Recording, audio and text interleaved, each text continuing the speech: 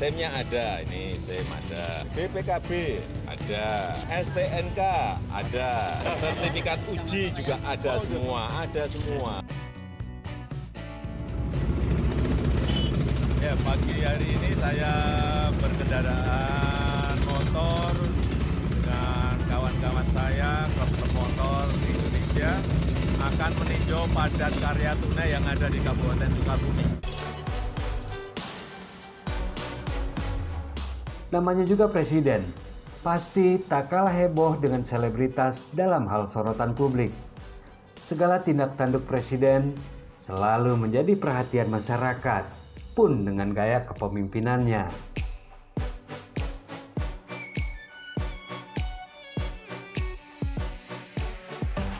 Presiden Joko Widodo bukanlah pengecualian untuk urusan ini. Pak D. Jokowi memang kerap tampil nyentrik di berbagai kesempatan.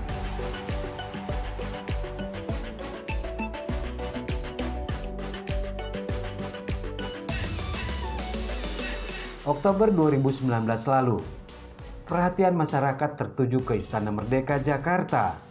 Hari itu, Presiden Jokowi akan mengumumkan kabinetnya, sekaligus mengenalkan para menterinya kepada publik. Pak D. Jokowi memang dikenal sebagai sosok yang tak begitu suka dengan formalitas.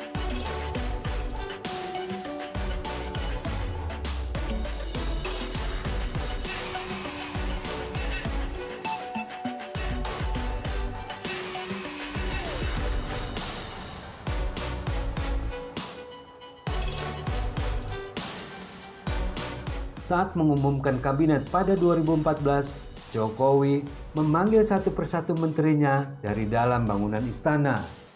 Lalu, para menteri pun diminta baris berjejer di halaman belakang istana. Sebuah cara pengenalan yang tak formal.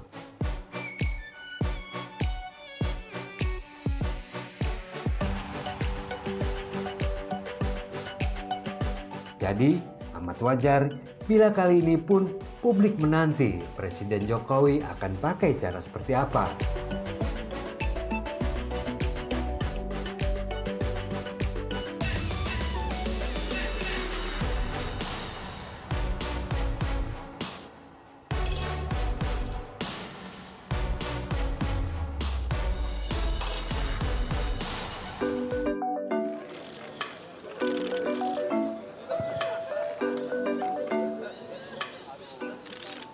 Baiklah, bismillahirrahmanirrahim. Assalamualaikum warahmatullahi wabarakatuh. Selamat pagi, salam sejahtera bagi kita semuanya. Shalom, Om Swastiastu, Namo Buddhaya, salam kebajikan. Yang saya hormati Bapak Wakil Presiden, Bapak Ibu sekalian yang saya hormati, pagi hari ini saya ingin mengenalkan Kabinet Indonesia Maju. Dan benar saja, Pak D dan para menterinya duduk lesehan di tangga Istana Negara. Saat namanya dibacakan, Presiden Joko Widodo meminta menterinya untuk berdiri. Polhukam, Menko Polhukam. Berdiri, Prof. Beliau akan menjadi Menko Polhukam. Erlangga Hartarto sebagai Menko Perekonomian. Defisit transaksi berjalan, defisit neraca perdagangan, dan mengembangkan industrialisasi yang berorientasi pada ekspor dan substitusi impor. Yang ketiga, Bapak Profesor Muhadjir Effendi sebagai Menko PMK. Ternyata ada alasan di balik gaya tak biasa ini. Yang akan mengawal akselerasi pengentasan kemiskinan, toleransi, solidaritas nasional, dan revolusi mental. Rendah hati, merakyat, tapi tetap harus bekerja keras karena diumumkan dalam kondisi yang panas luar biasa.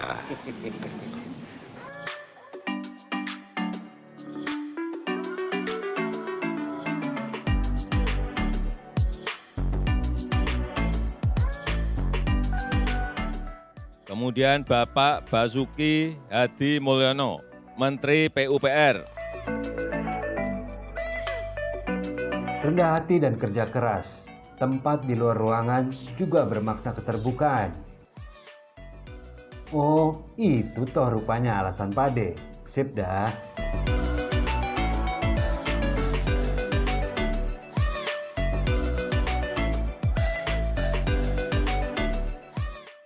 Keputusan Presiden merekrut staf khusus dari kalangan milenial juga dirasa unik.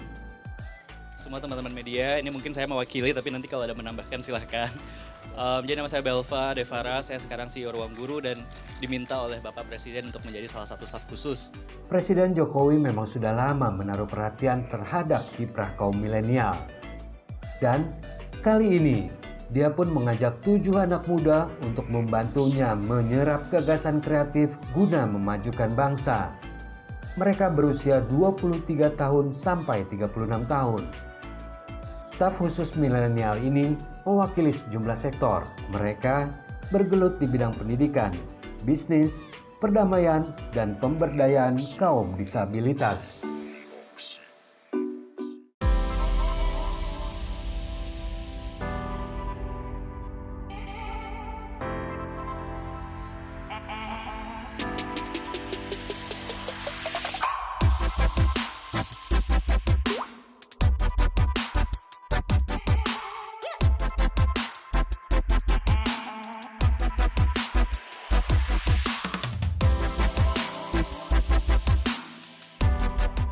Di luar istana, gaya Presiden Joko Widodo juga selalu memberikan warna. Dalam kunjungan kerjanya di Semarang, Jokowi naik ontel sambil menyapa warga.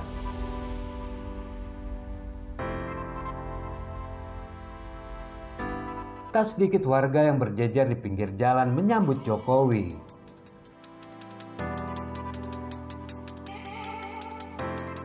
Beberapa kali Presiden tampak berhenti dan melayani swafoto bersama warga.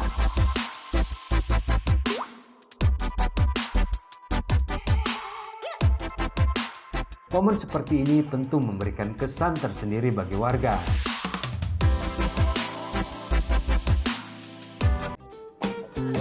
Seneng banget ini soalnya apa namanya?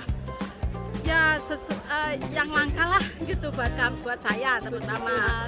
Kebetulan kami sebenarnya ada rencana mau jalan ke tempat-tempat wisata karena ada info Pak Jokowi datang, kami batalkan dulu. Saat goes di Semarang, Pak Jokowi didampingi sejumlah menteri. Salah satunya adalah Menteri PUPR Basuki Hadi Mulyono.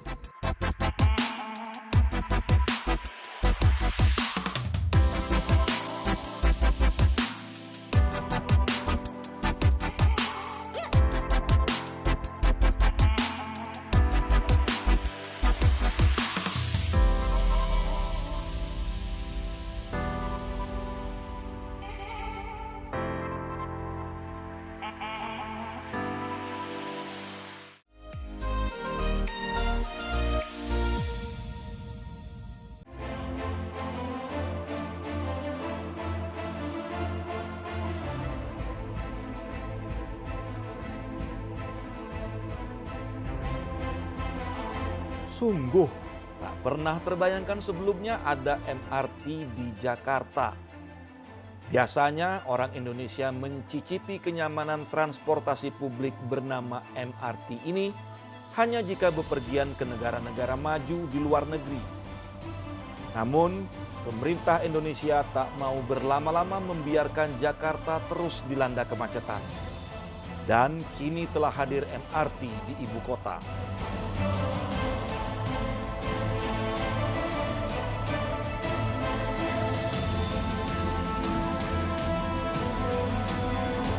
Tak cuma MRT yang dibangun di Jakarta, pemerintah juga menyiapkan Light Rapid Transit atau LRT.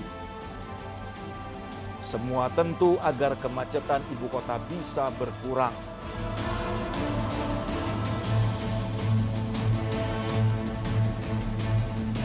Lantas, seperti apa sebenarnya kehadiran transportasi publik yang nyaman di Jakarta?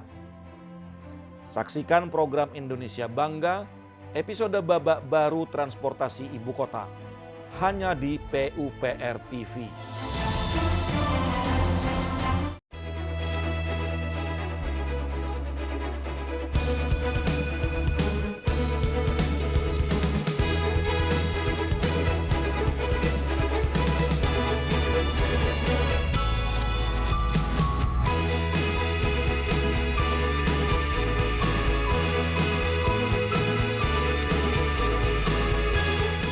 Kementerian PUPR mendapat amanah membangun infrastruktur di tanah air.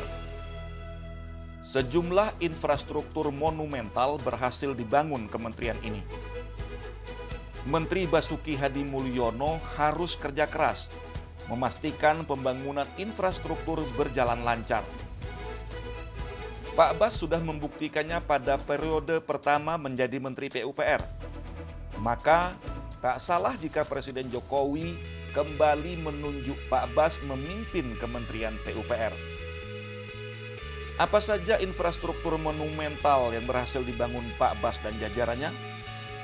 Saksikan program Pojok Menteri dalam episode 6 karya monumental Kementerian PUPR. Hanya di PUPR TV.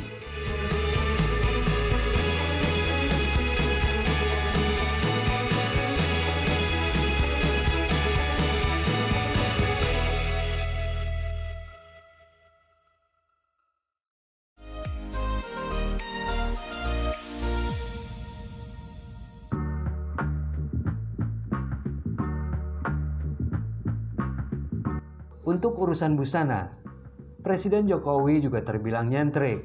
Amat jarang melihat Pak De mengenakan sepatu formal terbuat dari kulit, kecuali saat sedang memakai setelan jas.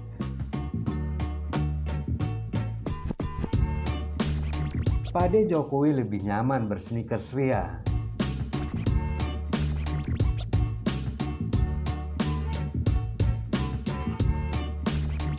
Untuk busana bagian atas tubuh pun, Presiden Jokowi kerap membuat kaget publik.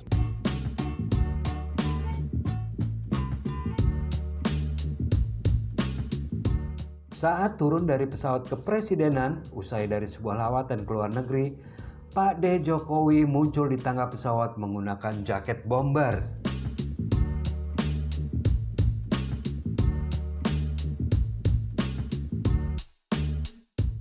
Jaket bomber itu punya sejumlah aksen patch. Pak D memadukannya dengan kemeja putih dan celana berwarna gelap. Padahal penyambutnya di bawah berpakaian formal.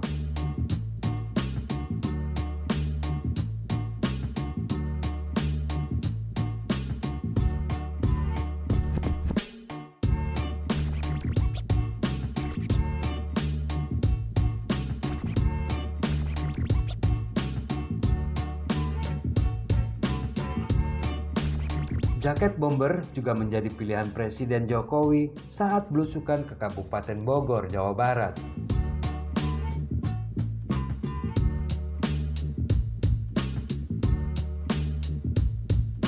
Jaket itu berpadu dengan kemeja dan topi berwarna putih.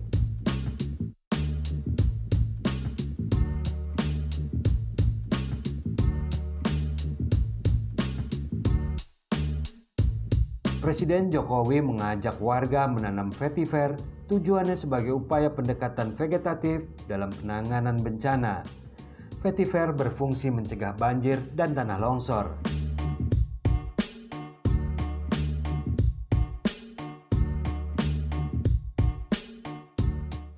Perlu saya ingatkan, jangan sampai di tanah-tanah yang miring seperti ini dicabuti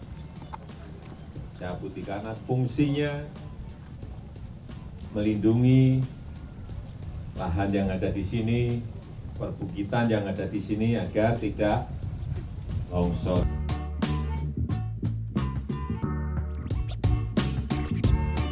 Duh Pak D, gegara Pak D yang pakai jaket bomber hijau Army jadi viral loh dan laris manis di pasaran.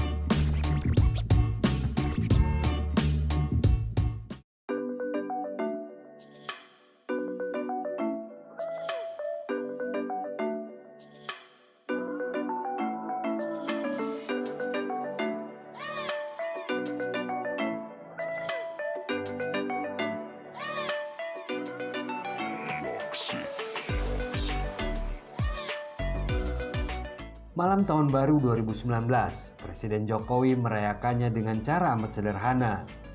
Pade hanya berdiam di Istana Bogor. Busananya jaket bomber dipadukan dengan kain sarung.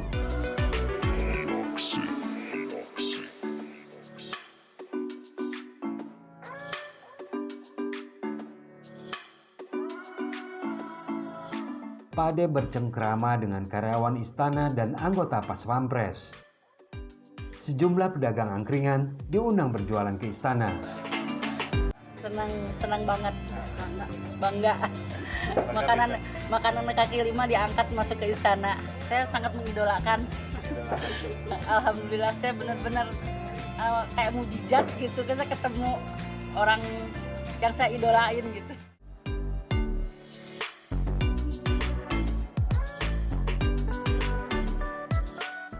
Jokowi juga sempat berinteraksi dengan para pedagang sambil menikmati sate, bakmi, dan wedang ronde. Momen sederhana ini memang istimewa bagi para pedagang.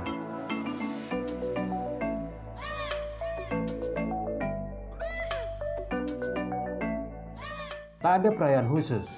Bagi Pade Jokowi, malam pergantian sama saja dengan malam-malam biasa.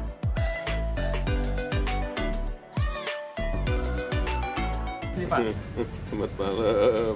Acara khusus nih Pak. Ya seperti hari-hari biasa. Hari Senin, Selasa, Rabu, Kamis, Jumat, Sabtu. Sama aja. Nggak ada perayaan khusus nih Pak. Nggak ada. Yang paling penting 2019 optimis. Ya. Menyongsong tahun baru harus optimis, meski tantangan di depan mata. Seperti makna dari kain sarung yang dikenakan Jokowi. Filosofinya begitu tinggi, bahwa seberat apapun halangan dan rintangan, selalu ada cara untuk memecahkan persoalan.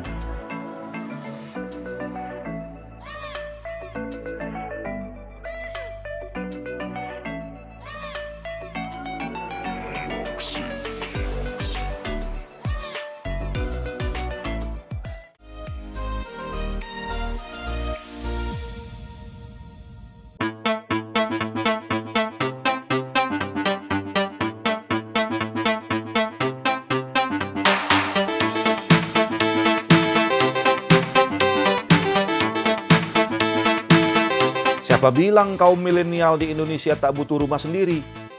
Banyak kok milenial yang ingin memiliki rumah, namun terhalang harga rumah yang terus melambung tinggi. Kini, kaum milenial tak perlu khawatir.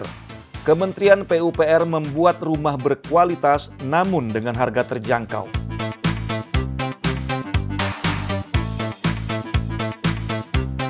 RISA namanya. Ini kependekan dari Rumah Instan Sederhana Sehat.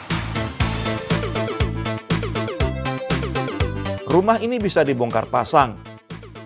Merakitnya pun tak butuh waktu lama dan tak perlu dikerjakan banyak orang. Selain untuk kaum milenial, RISA juga ditujukan sebagai rumah di daerah bencana.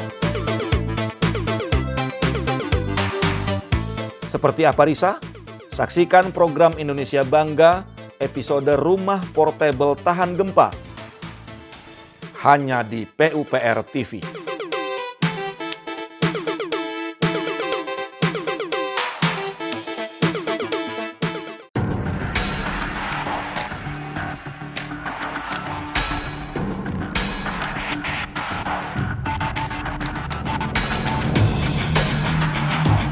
Permukiman kumuh, masalah klasik bagi perkotaan besar di Indonesia. Lahan terbatas, jumlah penduduk meningkat, dan perekonomian rendah menjadi faktor penyebabnya.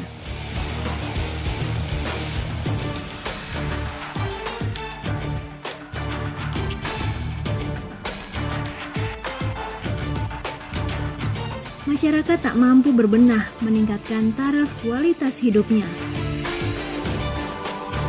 Jika hal ini dibiarkan, dapat menimbulkan dampak yang merugikan, adanya sumber penyakit hingga tata guna lahan yang tidak teratur.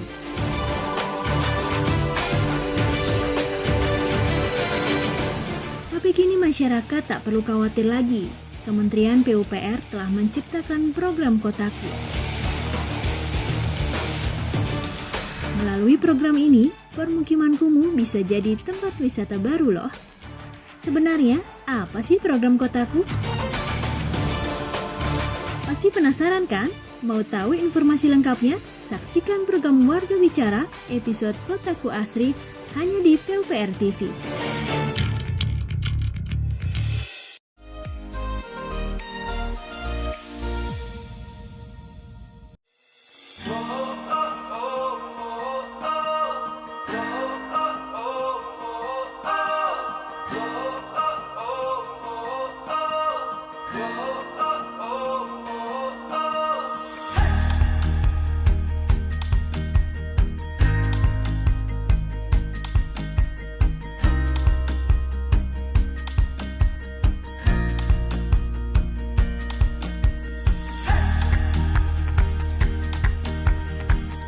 Beginilah aksi Presiden Jokowi saat meninjau proses penyelesaian Jalan Trans Kalimantan Utara. Berbalut jaket merah, Pak D mengendarai sepeda motor modifikasi beraliran tracker berkelir hijau. Di perbatasan Indonesia-Malaysia ini, Presiden Jokowi beserta rombongan melintas jalan yang membelah hutan dan perbukitan. Sejumlah menteri yang mendampingi juga turut bersepeda motor. Beberapa ruas jalan masih dalam proses pengerjaan.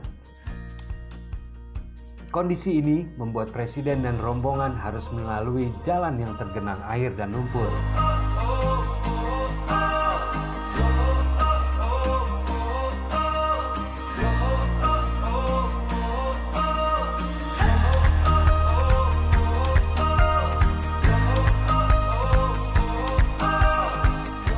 Dengan mengendarai sepeda motor, Presiden Jokowi ingin merasakan benar kualitas pembangunan jalan. Pembangunan Jalan Trans Kalimantan ini disambut antusias oleh warga. Ini adalah kali pertama seorang presiden melakukan kunjungan kerja ke daerah mereka. Yang pernah datang ke sini hanya Bapak Jokowi, Presiden Republik Indonesia, inilah yang pertama kali menginjak bumi di perbatasan.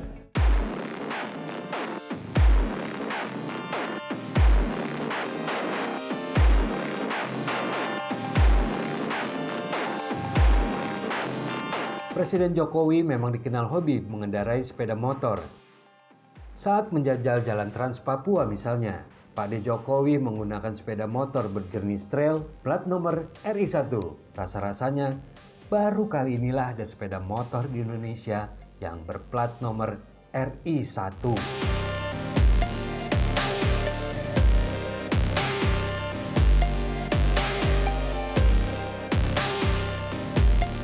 Penampilan Pak D. Jokowi semakin nyentrik dengan jaket hijau yang membalut badannya. Presiden melintas ruas Wamena, Mamugu 1 bersama Menteri PUPR dan Panglima TNI.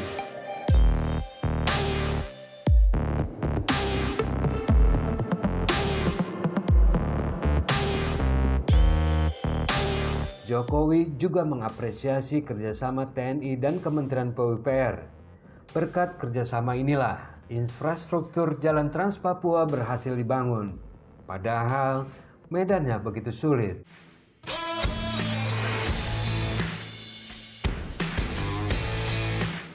Jalan Trans Papua ini dibangun di daerah dengan ketinggian 3.200 meter di atas permukaan laut. Dengan cara membelah gunung dan hutan.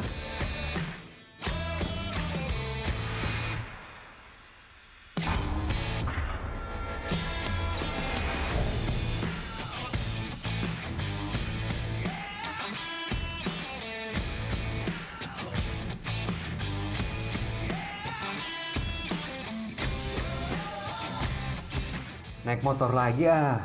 Mungkin itu yang terlintas di benak Pak D. Jokowi setiap kali melakukan kunjungan kerja ke daerah. Saat berkunjung ke Sukabumi, Jawa Barat, Presiden Jokowi menunggangi sepeda motor Cooper berwarna kuning.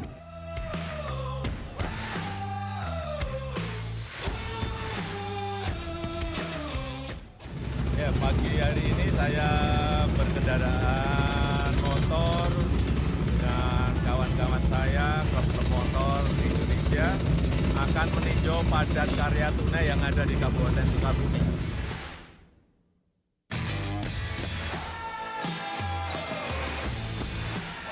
Gaya nyentrik Jokowi ini sontak ramai diperbincangkan netizen di media sosial. Jokowi menunjukkan kepada masyarakat bahwa kendaraan yang dikendarainya memiliki kelengkapan surat resmi.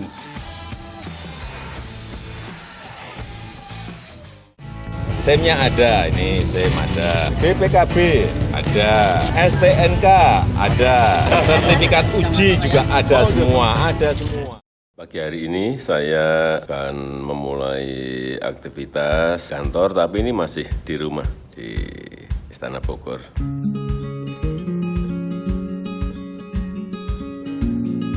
Hari ini saya berjalan-jalan dengan Mas Jan Etes.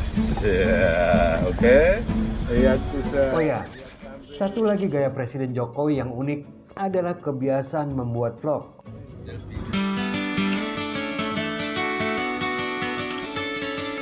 Ya, jadi ini proyek waduk Saigong di Batam. Banyak kok vlog yang viral. Setiap kunjungan kerja, setiap saya pergi ke daerah, baik ke kota, ke provinsi, ke kabupaten, saya senang memakai sepatu sneakers. Sebelum beraktivitas, minum jamu.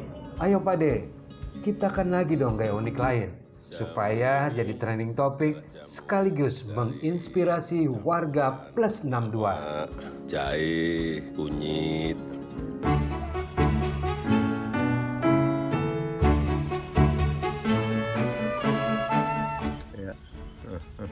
Ini pagi-pagi memberi makan rusa sama Jan Etes. Itu biar kesini tuh, Jalu tuh. Sini. Ini Jalu. Sini.